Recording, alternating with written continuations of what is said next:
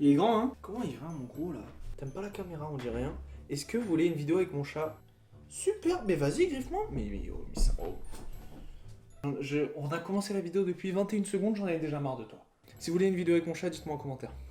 Bon, aujourd'hui, mes petits French garçons, on se retrouve. Ça fait grave plaisir, évidemment, ça fait plaisir. Qu'est-ce qu'on va faire aujourd'hui? Ça va être très simple. L'intro, je vais essayer aujourd'hui d'être très bref. Ah là, ça va être incroyable. Aujourd'hui, nous allons voir, je vais vous raconter mes pires rencontres avec mes abonnés. C'est parti, jingle.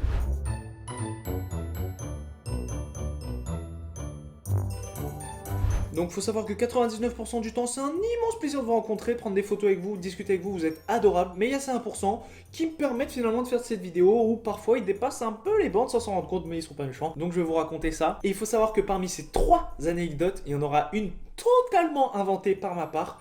Et je vous laisse libre à vous de la deviner et j'attends tous vos commentaires. Et le premier qui la devine, il gagne un jouet Spider-Man de Kinder. Et là, tu t'attendais pas à ça, ça fait plaisir indirectement. Donc on est parti pour la première anecdote, l'anecdote de l'abonné stalkeuse. Let's go!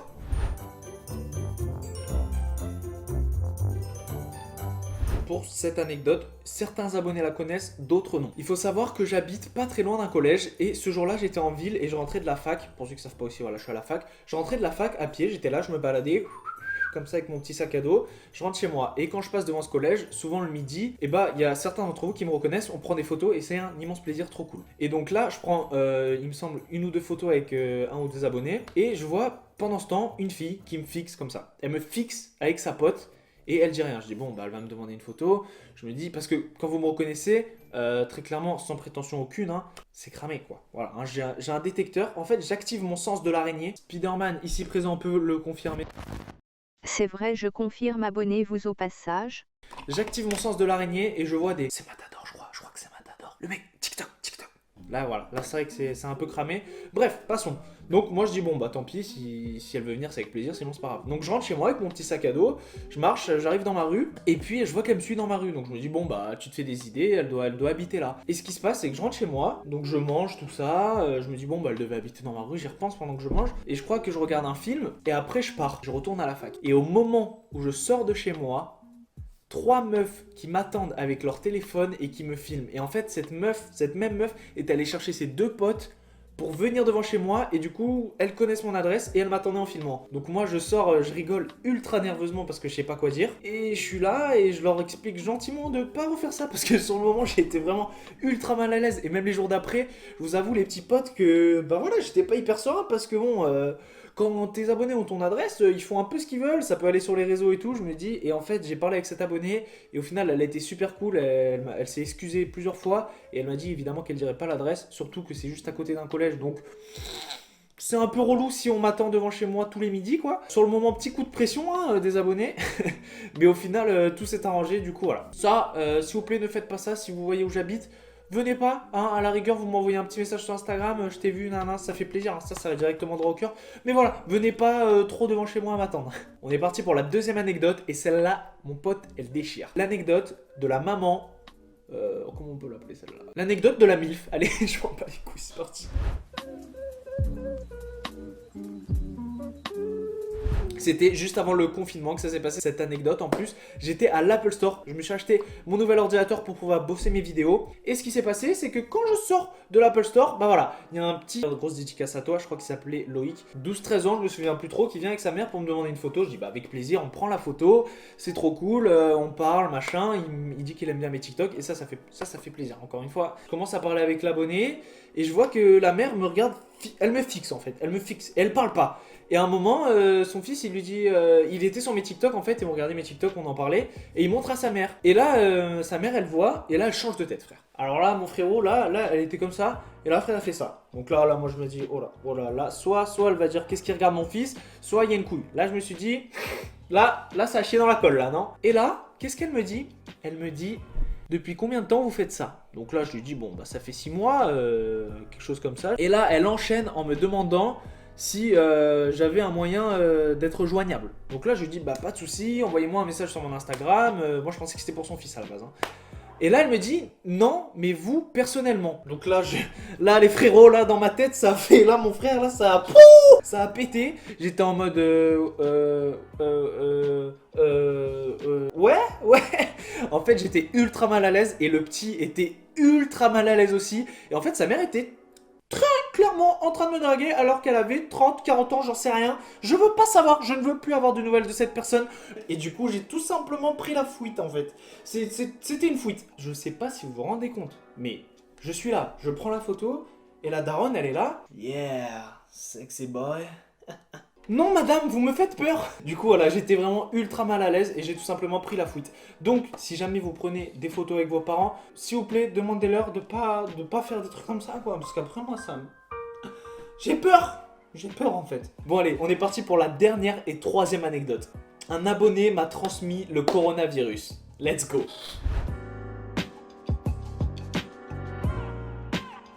Bon, cette anecdote se passe pendant le confinement, vous l'aurez compris. C'était, je crois, il y a 3 semaines, un truc comme ça. 3 semaines, c'était au début du confinement, 3 semaines, un mois. Et ce qui se passe, c'est que je vais aller faire mes courses. Je m'apprête pour aller faire mes courses de première nécessité. Attention, l'attestationnes, j'étais là... Attestation, hop hop hop, signature, Picasso. Hein. Ah là j'étais chaud. Et donc qu'est-ce qui se passe? C'est que je me dis bah let's go, je vais faire mes courses. Je vais pour faire mes courses, je fais mes courses, tout se passe bien, je vais en ville, tac tac, je prends mes petits légumes, machin, et je rentre chez moi. Et au moment où je sors de la fameuse supérette, je vois un abonné. Donc là il me fait oh Matador et tout. Il avait pas de masque, pas de gants. Alors là, la totale. Il avait mon âge à peu près. Hein. Il était majeur, pas de souci.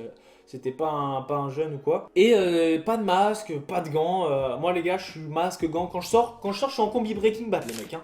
C'est-à-dire qu'il y a les masques, il y a les gants, il y a tout. Hein. Le casque, les lunettes, j'ai la totale les frères. Je n'attraperai pas cette merde, c'est mort.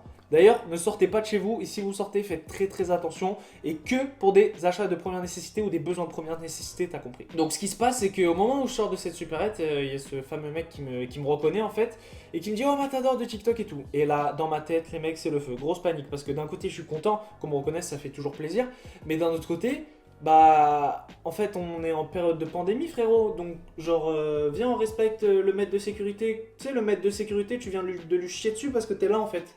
Ouais, on est potes. Ouais, voilà, en fait, le mec, il est arrivé, il m'a direct pris comme ça.